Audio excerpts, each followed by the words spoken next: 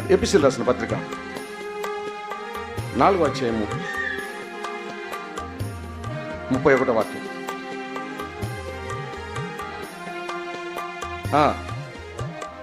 సమస్తమైన, ఇక్కడ చెప్తున్నాడు కొన్ని రాళ్ళు చెప్తున్నాడు ఇక్కడ, సమస్తమైన ద్వేషము, కోపము, క్రోధము, అల్లరి, దూషణ, సకలమైన దుష్టత్వము మనం ఏం చేయాలంట?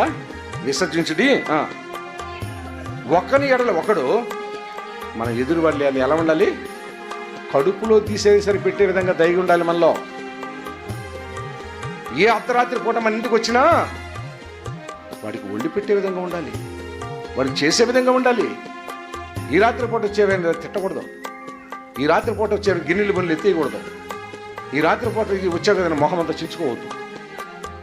అది చెప్తున్నాడు, దయ కలిగి కరుణా హృదయులై క్రీస్తునందు మీరు ఒకటి ఏం చేయాలట?